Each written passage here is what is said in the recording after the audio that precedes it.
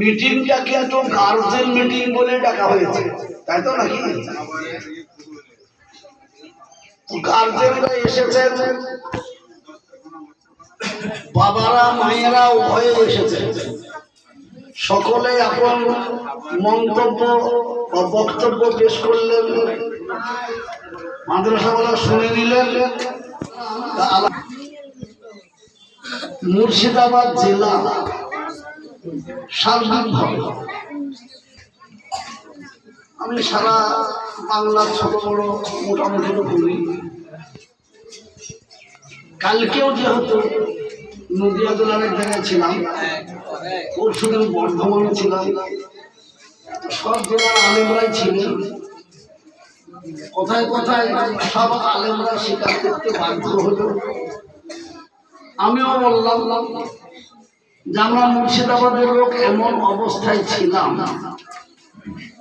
মুর্শিদাবাদের মানুষ এমন কোন জেলা ছিল না যে জেলায় তারা রুজি রোজগারের জন্য যেত। এই যে শীতের সময় বর্ধমানেই ধান কাটা কাটা, কি কথা তো নাকি? এইরকম ভাবে বিভিন্ন জায়গায় তখন মাদ্রাসাগুলো যেন একেবারে নিম্নমুখী। সরুলিয়া সামান্য কয়েকটি ঘর, জলিলিয়া মাস্তারার ভেতরে কয়েকটা ঘর, বাকি মাদ্রাসায় ছিল না। পরে এলাকার এই মাদ্রাসা তৈরি হলো উলুবেড়িয়া, কাশীপুর, বিভিন্ন রকমের মাদ্রাসা তৈরি হয়ে গেল এখন দেশে প্রচুর।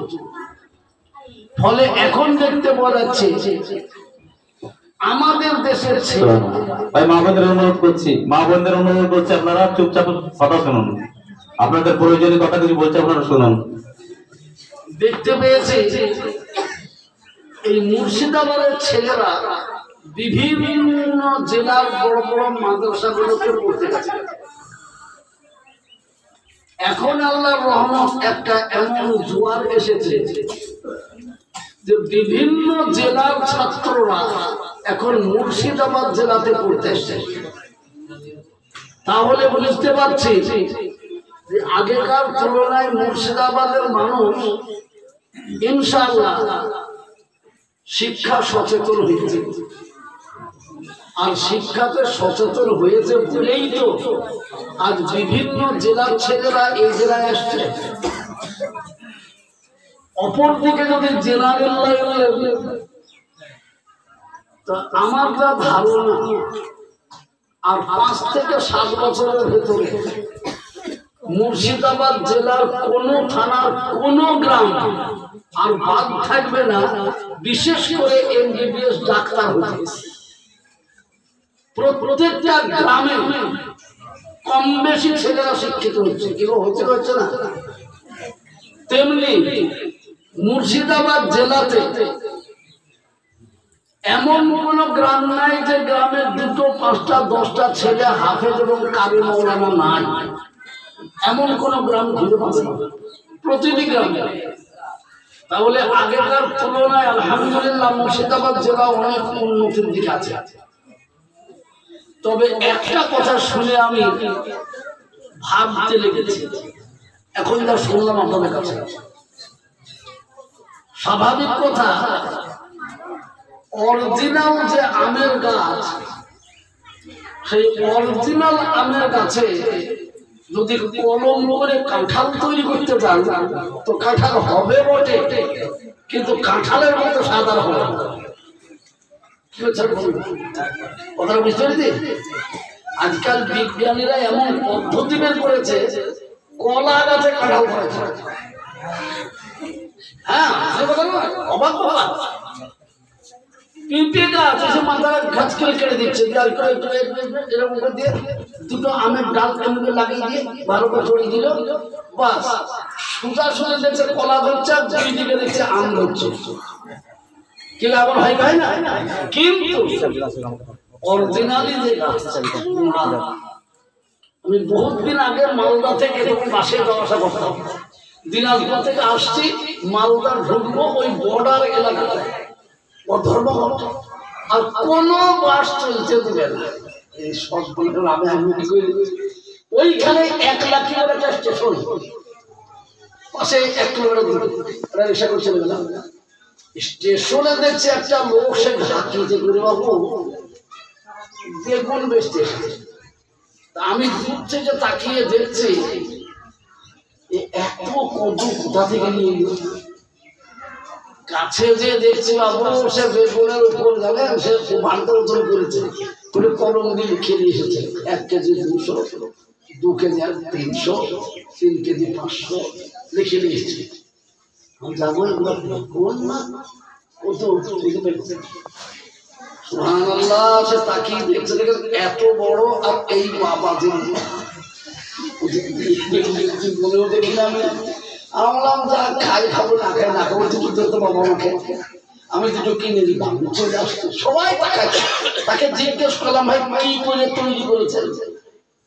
তখন বলছে কি করে তৈরি করেছি, আসল বেগুনের চাচা আর এই বেগুনের চাচা দুটোকে এক জায়গায় কেটে দিয়ে গোড়াটাকে ভালো করে টাইট বেঁধে দিয়েছি। এইবার যখন দেখলাম দুটো জোড়া লেগে গেছে, তখন আসল বেগুনের মাথাটা কেটে দিলাম।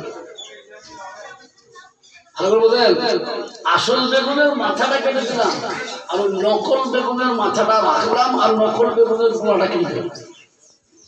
তাহলে বেগুন আছে কোনটা, গোড়াটা আসলে, আর মাথাটা নকলে। আসল বেগুনের গাছ থেকে এবার মাথা নকল বলে সে বাবাতে মাল করছে, বুঝছেন না? এটাও তো, কিন্তু আপনি আসল বেগুনটা খান আর ওইটা খান, আসমান আর জমিন তফাৎ। এত বড় বেগুন এই 3 কেজি খাবেন তো সবই, আর আসল বেগুন। আমার এটা বলার উদ্দেশ্য একটাই, এখানে বাংলা বাংলা বাংলা আমরা করছি না ঠিক, বাংলার জন্য বহুত জায়গা আছে। এখানে শুধু কোরআনের তালিম, হ্যাঁ একবারেই যে জানে না, সরকার ঘোষণা করেছিল নিরক্ষর আর স্বাক্ষর। ভালো করে বোঝেন, নিরক্ষর আর স্বাক্ষর। তো আমরা চাচ্ছি আমাদের এখান থেকে যারা বেরিয়ে যাবে তার জন্য নিরক্ষর না থাকে, আপন ভাষাতে, আপন ভাষাতে যেন স্বাক্ষরটা হয়।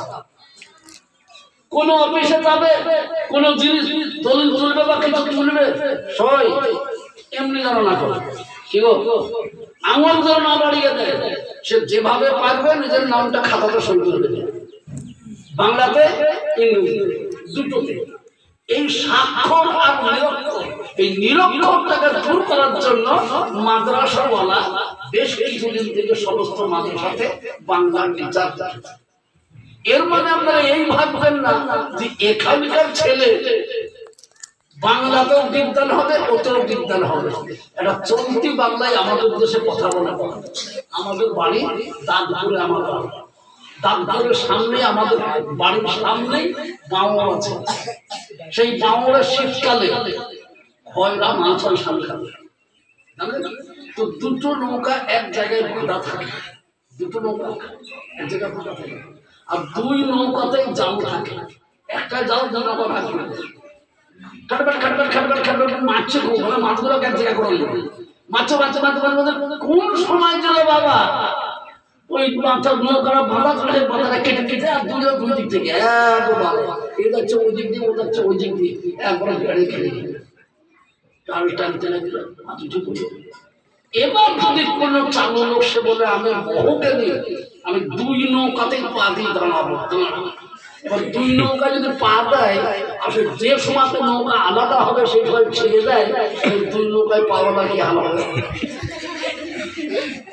খুব ভালো করে বলেন, হাসি কথা না। এই জন্যই বলে 2 নৌকায় পা দেওয়া ভালো।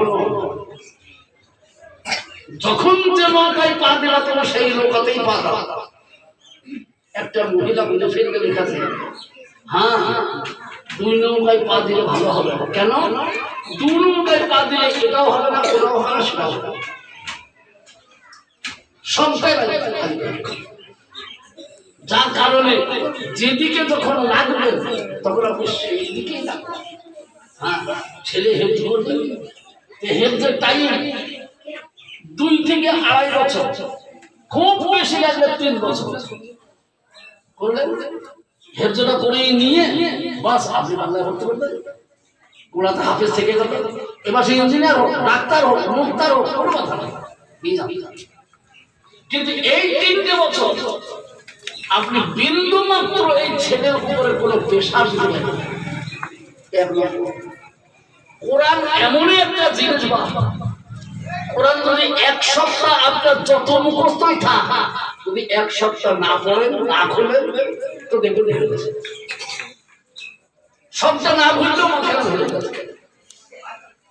এই জন্য এখন কিছুদিন থেকে সমস্ত মাদ্রাসালাও আমরা নিয়োগ করেছি, যারা আলেম লাইনে পড়ে রমজানে তাদের ছুটি হবে, আর যারা হেফজ লাইনে পড়ে তাদের রমজানে ছুটি, রমজানে মাথায় থাকবে।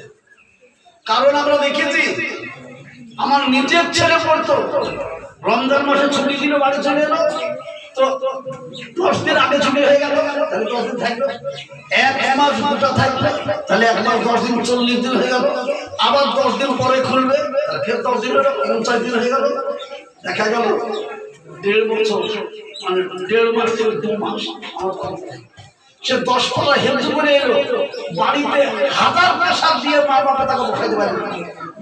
এবার যখন 2 মাস পরে ফের মাদ্রাসায় গেল, ওই যে 10 পারা হেফজ করে এসেছিল আবার সেই মাদ্রাসায় হুজুর রাখতে। এইবার আমরা গার্জেনদের মধ্যে একটা ছেলে 3 বছর হাফেজ হয়ে 6 বছর লাগছে কি কারণ? আপনাদের পড়া খুব গরম ছেড়ে দিলাম দেখে, কিন্তু এ গার্জেন এটা জানলো না, ছেলে যেদিনই ছুটি নিয়ে বাড়ি আসছে সে মাদ্রাসাতে যাওয়ার আর নাম নাই, 2 দিনকার ছুটি নিয়ে এলো বিয়ে খাবো বলে, এবং এসে এখানে 10 দিন কাটিয়ে বলি। একদিক সচেতন হলে হবে না, 2 দিক সচেতন হবো। আলহামদুলিল্লাহ আমার কাছে খবর, আমি যতদূর জেনেছি, আমার এই রেজিনগর থানার আন্ডার এখন বর্তমান 2টো মাদ্রাসার নাম খুব চলছে। তার মধ্যে একটা 1 নম্বর আছে এখানে, আলহামদুলিল্লাহ হেফজুল্লাহের সাথে পড়া। এখানে ছেলে পেলেদের গার্জেনরা এসে ওই ছুটি দেব নিয়ে যাবে। আপনি একটা জিনিস পেতে গেলে বাবা কেবল ত্যাগের দরকার। কি বলছে ত্যাগের দরকার নাই? আপনার একমাত্র ছেলে তাকে এবার পড়তে দিয়েছে, আর আপনার একমাত্র শালা তার বিয়ে হচ্ছে। আমার একটা ছেলে, আমার একটাই শালা, আমার জন্য ছুটিটা দেন না, বিয়েটা খেয়ে আসো। এই যে ছেলের উপরে ময়া দেখালেন, দয়া দেখালেন, ছেলে বিয়ে খেতে গেল, 10 দিন কাটিয়ে গেল, তারপর দিন এলো, আবার কার কিছু হচ্ছে, ফের আপনার দাদু মরে গেল, ছেলেকে বললেন দাদু মরে গেল, তো গেলই তো, তার 10 দিন থাকবে বাড়িতে। এবার বলুন এই যে এই টাল বাহানা অমক তমক 7, 17 গার্জেন আমরা ছেলেটাকে নষ্ট করে ফেলছি। একটা তোতা পাখি কিছু নয়, তাকে একটা জায়গাতে মানুষের আন্ডারে একই জায়গায় ধরে রাখুন, তাকে যা বলাবেন সে তাই শিখবে। কিন্তু এক জায়গায় শিখতে শিখতে যদি মাঝখানে গ্যাপ করে দেওয়া হয়, তাহলে কিন্তু তার সব দেখায় যাবে। সেই জন্য আমার বলার উদ্দেশ্য একটাই, যে আল্লাহ পাক আপনাকে আমাকে